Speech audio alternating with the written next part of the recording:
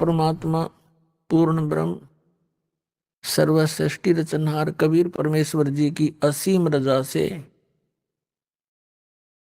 आप ये चंद पुण्यात्माएं उनकी महिमा सुनने के लिए उपस्थित हुए। पुण्यात्माओं, आप अभी बच्चे हो इस आध्यात्म मार्ग के, इसलिए आपको ये मालूम नहीं कि आप कितना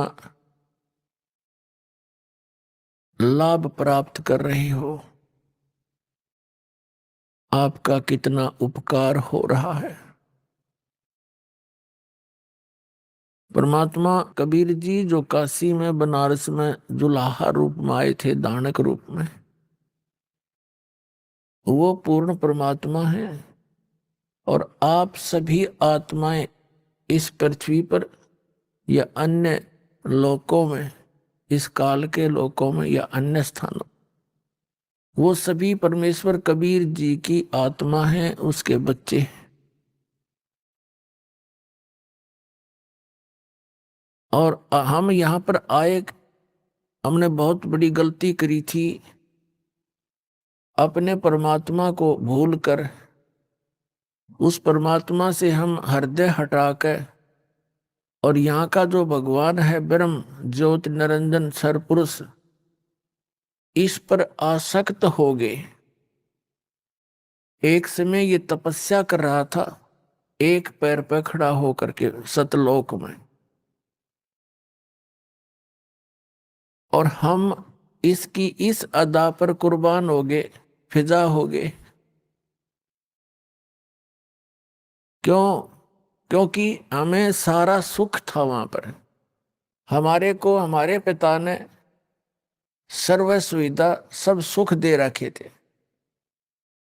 जिस परमात्मा ने हमारी सारी सुविधा की व्यवस्था कर रखी थी, उसको छोड़कर हम केवल इसकी इस अदा पर कुर्बान हो गए, इसको चाहने लग गए हृदय से।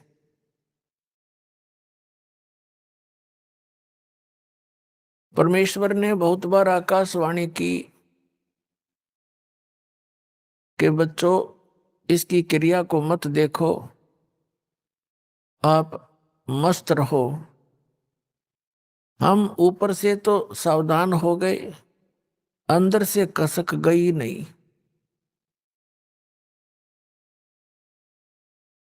तो जिस कारण से परमात्मा के दिल से उतर गए हम पतिव्रता पद से गिर गए। परमात्मा कहते हैं जो पतिव्रता पद पर नहीं है, उसका कहीं भी आदर हुआ नहीं करता। हम भगवान के दिल से गिर गए, उतर गए, और फिर इसके ऊपर आस्था बन गई। अपनात्माओं, यही रोग हमारे आज विद्यमान है प्रत्येक प्राणी के।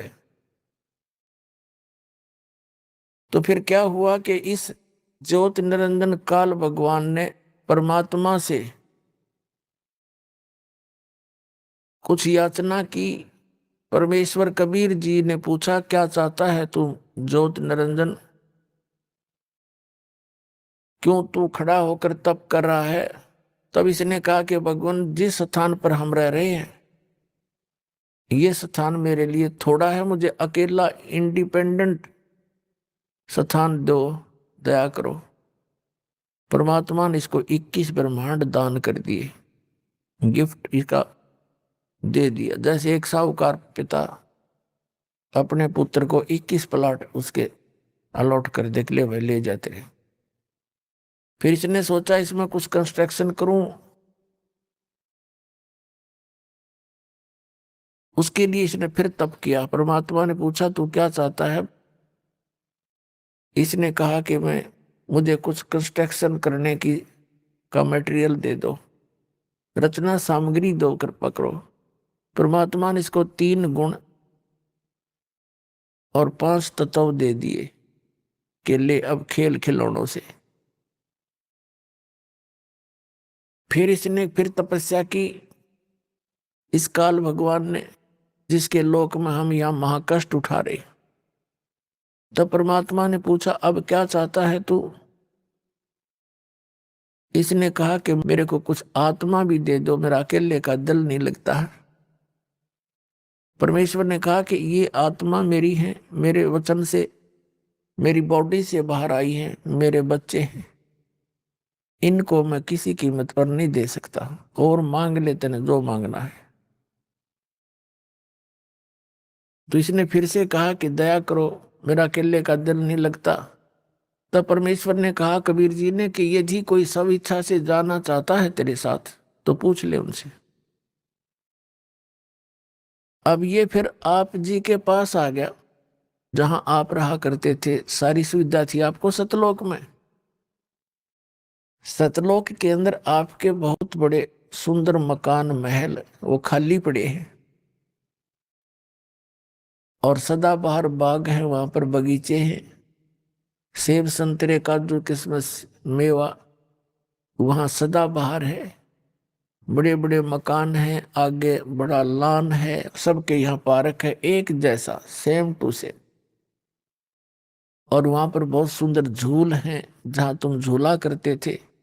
जो बकवादे हम यहाँ खोज रहे हैं ये तो कुछ भी नहीं है, जिनको हम सुख मानते हैं, और वहां आपके चरणों में सदा रहेंगी वो सुविधाएं।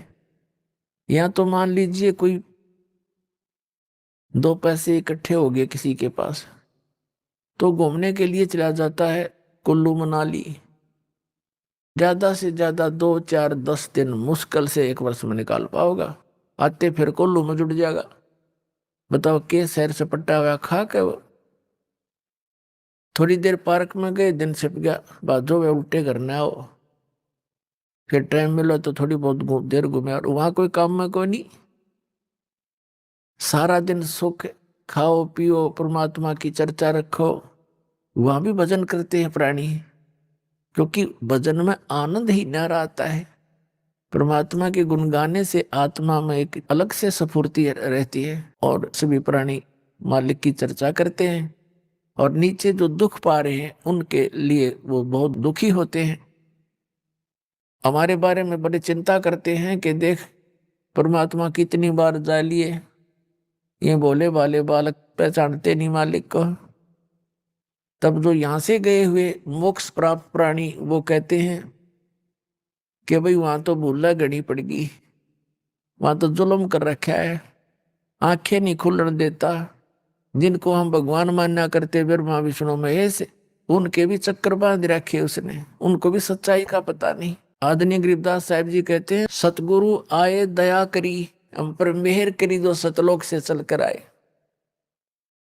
ऐसे दीन दयाल और बंदी छोड़ वृद्धतास का, उसका जो स्वभाव है, गुण है, बंदी छोड़ है, काल के बंद से छुड़ाने वाला, और जठरग्नि प्रतिपाल, सबसे भयंकर स्थान हमारा मां के पेट में होता है। वहीं पर तो जठराग्नि जल रही होती है जो भोजन को पचाती है, बहुत ज्यादा हीट होती है वहां पर, और उसके साथ में हमारा एक चीकले जैसा शरीर वहां प्रफुल्लित हो रहा होता है, वहां भी हमारी रक्षा करता है, और वहां हमारा पालन पोषण भी करता है मां के पेट में, वही सुव्यवस्था करके। जठराग्नि प्रतिपाल यानी पेट में भी वो हमारा पालक है, वो हमारा पिता है। तो वो बतलाते हैं आपस में कि भाई ये तो सतगुरु जाते हैं और बड़े दयालु हैं, ये हमारे पिता। कुछ थोड़ा बहुत हमें इन्हीं की रद्दा से ये ज्ञान और भक्ति बनी है, नहीं तो वो काल भगवान तो बड़ा भयंकर है। तो पुण्यात्मा वो सारी सुविधाएं वहां उपलब्ध हैं जिनको आप जी यहां खोद रहे हो। ये एक नमक का बोरा समझ लो, नमक की मंडी, और वो बूरा की मंडी, एक जैसे बिल्कुल मिलता जुलता उनकी कलर होता है, एक जैसा सारा कुछ होता है, लेकिन टेस्ट में अंतर होता है। ये तो नमक खारा और वो सतलोक बुरा, इतना अंतर है यहाँ के और वहां के सुख में।